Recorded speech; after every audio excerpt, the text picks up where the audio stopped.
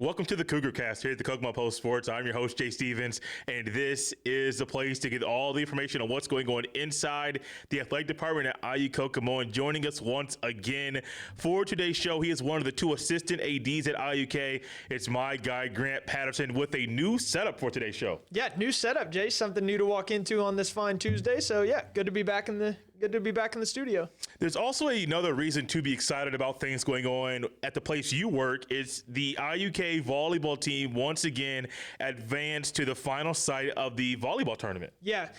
Unbelievable, man. 2 straight years. Awesome for me to be able to experience this. And my role as an assistant AD and for communications makes me even stronger at my position, getting to travel with teams in national championship matches and tournaments, if you will. So yeah, took down Indiana Tech last Saturday in the opening round volleyball match at the SAEC on the campus of IUK. It was impressive, Jay. It was a massive crowd, and we knew it would be a massive crowd. Played Morningside last year in the opening round match, and they're not going to travel with many people when they're traveling from 10 hours away in Iowa. So we knew Indiana Tech would bring a crowd. They brought a crowd, filled a whole section, and it was an awesome environment for an NAIA opening round match for the volleyball championship, and took care of business. It's hard for me to view a team as dominant when I watch them all year, and I'm working. I'm not necessarily locked into the match completely, but to hear from some fans, people that I invited out to the match to come and watch for the first time, they were thoroughly impressed with how well we played, and I think our coaching staff was impressed with how well we played too, considering all the connections between the two programs that exist. Haven't been playing their best throughout the end of the River States Conference portion of the schedule. Obviously lost in the River States Conference Championship match to IU East. So to come out in a big way and win pretty handily over Indiana Tech, a 4-set win, obviously 1 set away from going 5, but it was still fairly dominant for the Cougars. So yeah, super excited to make the trip out to Iowa with them next week. They'll be competing in Sioux City, and then we just learned of our opponents for pool play. Who are those opponents? Yeah, so we're in Pool F. We are essentially, there's 24 teams left, so 8 pools of 3 teams. There's a team seeded 1 through 8, a team seeded 9 through 16, and a team seeded 17 through 24 in each pool. So we are the 11th seed. We have the number 6 seed, Eastern Oregon, in our pool, as well as the number 19 seed, Midland. You guys may remember we played Midland in our first match of the season this year. They were ranked number 6 in the nation at the time. We beat them in 4 sets at Indiana Wesleyan's tournament, so we know what we're capable of in our pool. Eastern Oregon, to be completely honest, I know we have plenty of volleyball parents and coaches and stuff who watch. I assumed we would be in the 13 to 15 range, so I thought we would be playing a bit of a lower high seed in terms of a 2, 3, 4. So to get 6-seeded Eastern Oregon, I think it's a fine draw. I think this team is capable of knocking off anybody in the country, as we've seen with the results this year. So to be seeded 11th with the number 6 and number 19 teams in the nation in Eastern Oregon and Midland, it's awesome to see. You got a team from all the way out on the West Coast, us in the Great Lakes region, and Midland and Nebraska in the Midwest. So pretty diverse regions in our pool, Pool F at the final site. So yeah, you'll have to stay tuned. Who are some of the standouts in that win over Indiana Tech? Man, it's hard for me to remember everything, but Maya Grigsby was dominant. I know she I can't remember if she had a team high in kills. I know she had a team high 14 digs. Okay. Lexi Broyles was dominant at the net. I remember Bainey had some good swings, Alexis Bainey, that is. But yeah, just a team effort to go in and outserve and outpass the team the way that we did. And this is an Indiana Tech team that outserves a lot of their opponents. So to outserve and pass them essentially off the court was super impressive, and a lot for them to be proud of and a lot for them to build upon ahead of next week's NAIA Women's Volleyball Championship in Sioux City, Iowa. One of the best things I think about when it comes to this year's team, and it was basically going back to the loss in the conference championship tournament, was being able to bounce back. Because that loss, even though you know you're going to be in the tournament, being able to host is a massive luxury. But it's also almost psychological, like, man, we just lost to a team we know we should have beaten, and it's just things that mess us up. But for them to bounce back after that loss and to play as well as they did and to win in 4 sets, that just shows kind of the mindset of this team right now, where one loss at that point in time, knowing there's you can fight to play another day, that's great. But they fought and they fought and they fought and played well in that match against Indiana Tech, and that should give them confidence and all the Cougar fans confidence that these girls will do amazing things in Sioux City. Yeah, their mental fortitude, mental toughness has been on full display over the course of the past week and a half, 2 weeks. They had a tough match in the semifinals against St. Mary the Woods in the River States Conference semifinals, 1-4. Tough loss to IU East in the championship. And then it was 1-1. And after we won the first set Saturday against Indiana Tech, credit to Matt Fishman and staff, they were dialed back in, even the match at set apiece. Even though they jumped out to a big lead in set 2, the Cougars and Coach Heather Hayes battled back, ended up losing it 25-20. But then it was 2 straight dominant sets, and set 3 was as dominant as it gets. I believe it was 25-11 in the third. So to respond to the match being tied once again, like it's matches back to square one. We're starting over again. It's the first one to win 2 sets, essentially, once you're even at 1-1. And the Cougars did just that. They swept in the final 2, and they won the final 2 sets, and here we are going to Sioux City for a second straight year. So what's next for the team? Yeah, so Monday the 2nd, I believe. I don't know my dates very well, but I believe next Monday is the 2nd. We'll fly out to Omaha, make the short bus trip up to Sioux City, a little over an hour from there. Wednesday is when pool play begins. So Tuesday is a Special Olympics get together and stuff where all 24 teams get together and enjoy a clinic, if you will, and a fun time with Special Olympics kids from the greater Sioux City area.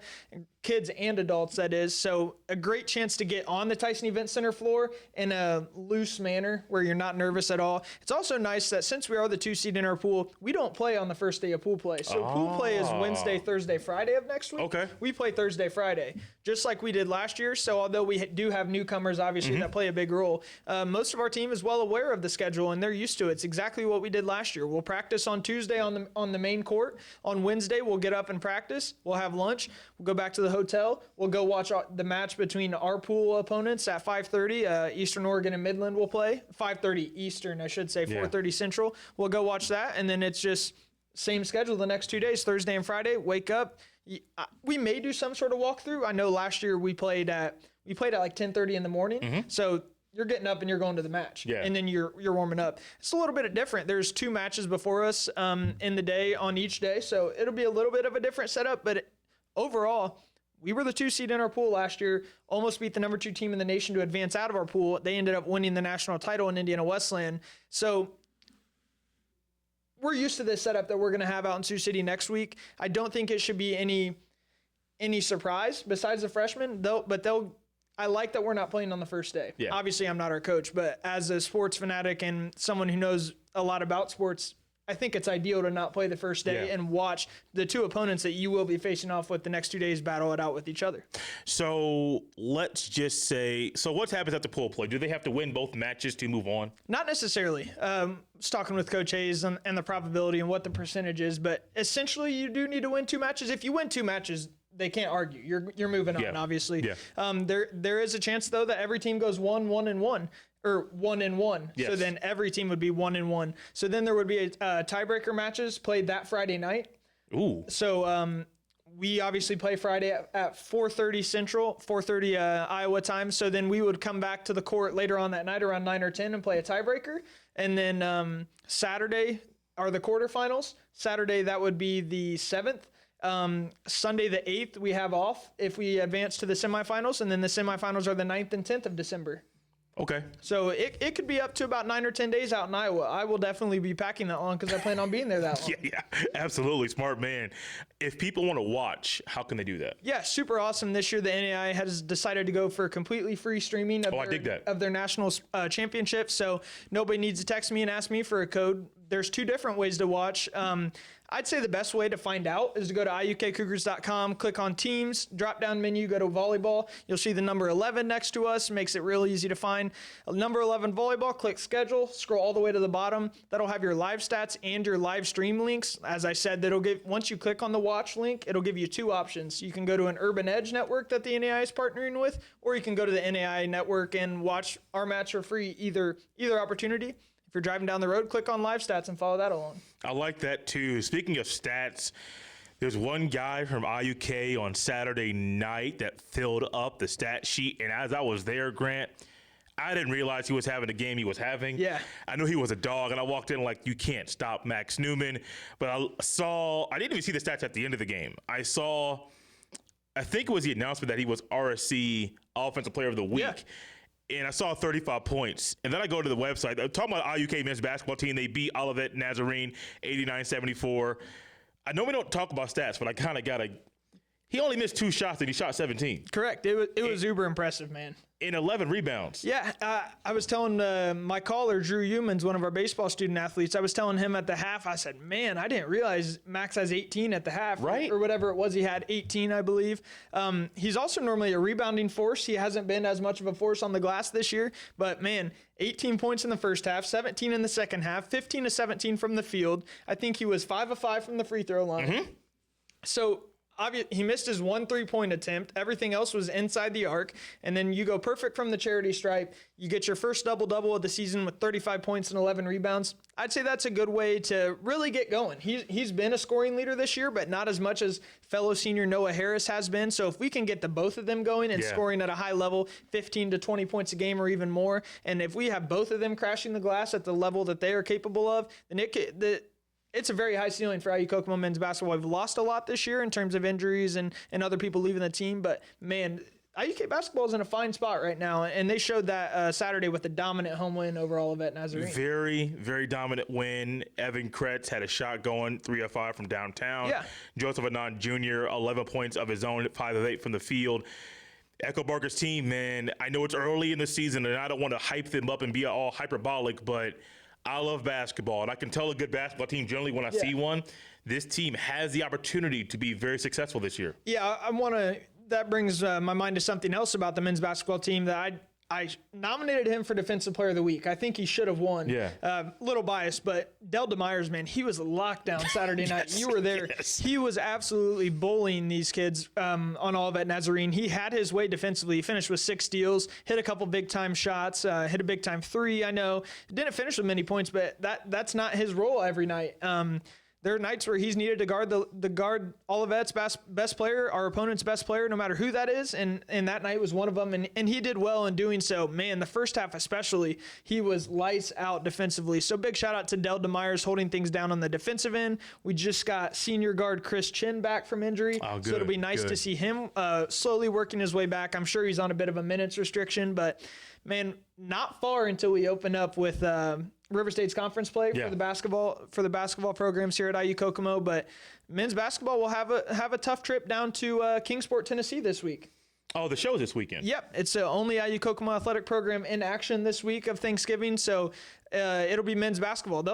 They're dedicated, man. Coach Eric Eckelbarger always treats his team really well. They'll practice on Thanksgiving, and they'll practice Thanksgiving morning, head over to Coach Eric Eckelbarger's house and have Thanksgiving meal, wake up Friday morning practice, and then they'll hit the road because Saturday and Sunday they're playing in NAIA's The Show. It's a neutral site tournament put on by Oakland City head coach Ken French. So it's a head coach in our conference who runs this, but it's a neutral site tournament held in Kingsport, Tennessee at the Meadowview Convention Center. It's top of the line for NAIA. It's the biggest holiday tournament for college basketball in the nation, whether that's NAIA, NCAA, D1, D2, D3. 20 men's teams and 8 women's teams, so 28 total teams from Friday through Sunday will be competing at the convention center. So it'll be a stiff test. We'll play a couple of morning games, so wake up, have a couple hours to get some chores done around the house as you're waiting for the NFL to start on Sunday and college football to start on Saturday. Wake up with the Cougars and IUK men's basketball as they battle Campbellsville Saturday morning at, I believe, 10:15, and then Pikeville Sunday morning at 11 a.m. Did we miss anything going on right now at IUK? Nothing going on right now, but as I mentioned, Jay, I'll be making the trip with volleyball next week, so I won't be in for the show next week. So I think it's only right that I mention that indoor track will start off their season next weekend. So not this week, but next weekend. Wanted to make sure that they get their shout out. Brought on Julian Walsh to the coaching staff, a former student athlete that we've talked about on the show plenty of times, whether it be Julian, Nolan, head coach Josh Colvin, Jordan Fivecoat, Grant Gaylor. They've got a talented coaching staff of at least 5 people. They may have even more than I'm aware of. I think Tyler Gilbert, former Western thrower, is helping out with Gaylor on the throwers. So, man, it should be another strong year. Yeah. And with what we accomplished at Outdoor Nationals last year, not only with just Sydney Duncan, but Emma Byram, I know she's gone now, Emma Gaylor. But, man, I think there's the floor is very high for our indoor and outdoor track teams, and I think the ceiling is even higher this year than it's probably ever been. I really appreciate my guy Grant for coming on the show. And coming up next, we get to talk to two of the Cougar distance runners that have qualified to run in the second annual NAIA Marathon Classic.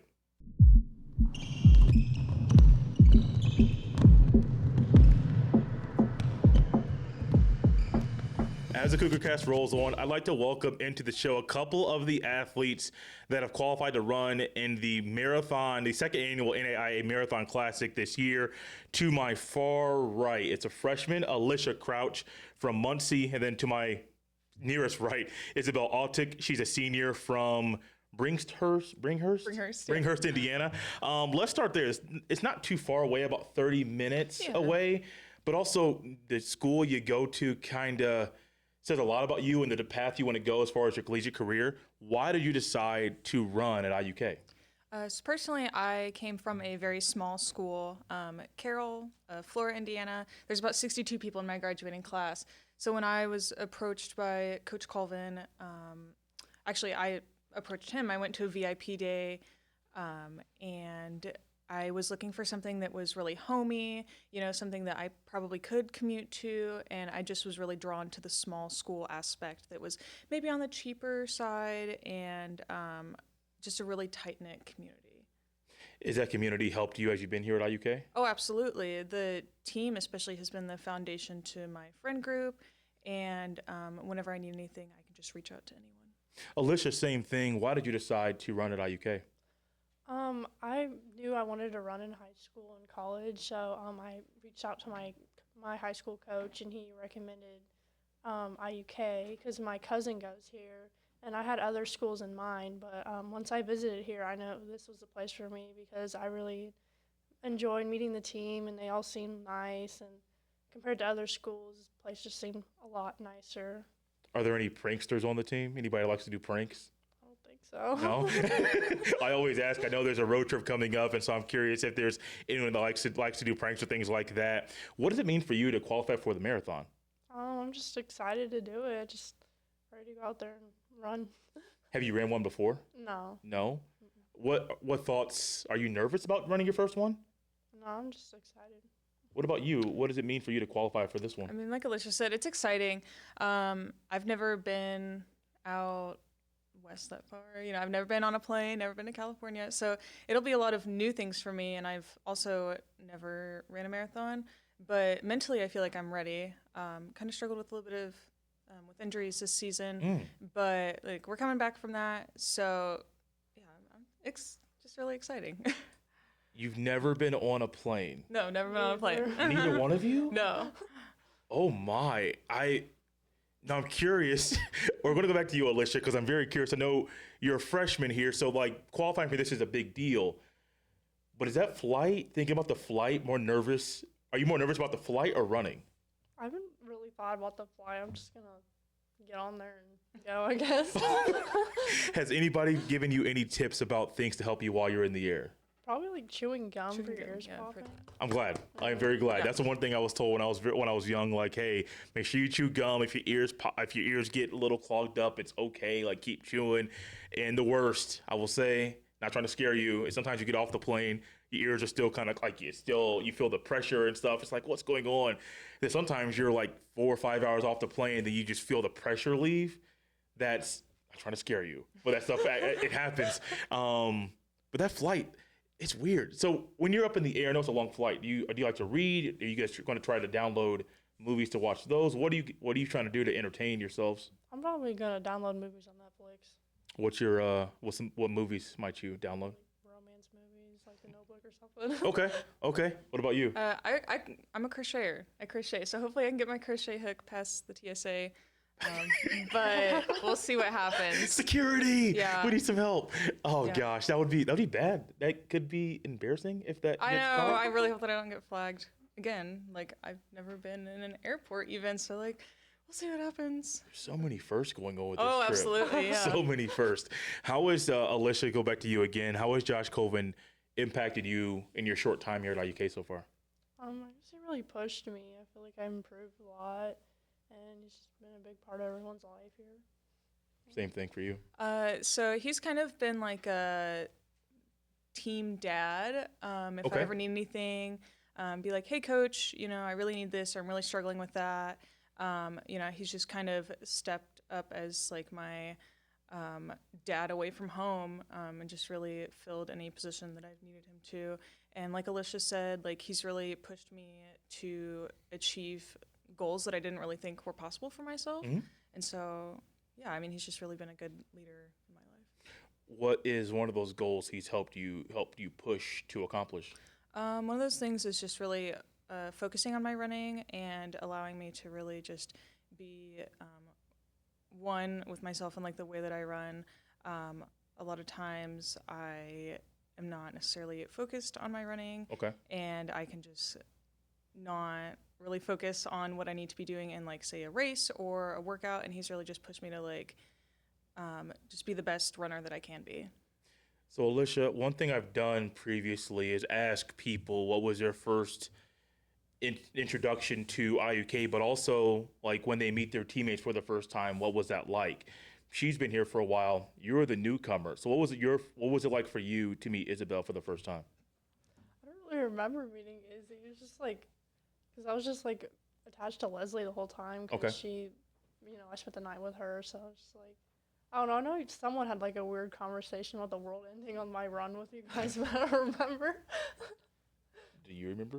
I do not. Oh, I was trying to get some news. We're talkers. We talk a lot. So What is training like for a marathon, especially when you've never done one before? Start with you, Alysha. I know I went like 54 miles last week, which is a big step up, and then I'm just like, it's like gonna go down every week for me. Okay. So, the marathon. Has that jump been difficult? I was having some pain the first week, but then it just went away after like taking a rest day, which I was thankful for, but nothing bad yet. What about for you? How has the training been so far? it's been good. It's been a little different. Again, I'm coming back from an injury. Yeah. I'm struggling with a little bit of tendonitis. It's kind of moved up a little bit, so I'm still having a little bit of problems, but nothing I can't work through. My mileage definitely is a little bit lower than what I would like it to be, but it's more about me just finishing the marathon instead of like running a great pace. It's more just looking for the accomplishment in running the marathon. Yeah. But overall training is going pretty well, even if it is like at a lower mileage than what I would like it to be. Good, good. Last thing here, going to go Alysha first and then Isabelle second. What type of thoughts are you going to use to help yourself as you're running the marathon in about a week from now? I would say just like not giving up, even if I feel tired. I just keep telling myself, "You stop now, it's just gonna get worse," and just keep going and don't think about stopping. Same thing for you? So I actually did a 20-mile run to help prepare myself this weekend, and I'm just going to tell myself, well, I've already ran 20 miles. What's another 6 more, or whatever. Like, I've already done the hard part, Yeah. and it's just like I've already put in so much work to get to where I am today. There's no point in just giving up. Like, just keep going. Just finish the race. You're almost there. Now, these are two of the athletes that have qualified at IUK to run the marathon. I believe it's on December 8th. There's 4 more. You'll hear from the other 4 next week. I appreciate Alysha and Isabelle for coming on the show, and also Grant for coming on the show earlier as well. This has been the Cougar Cast. We'll see you next time.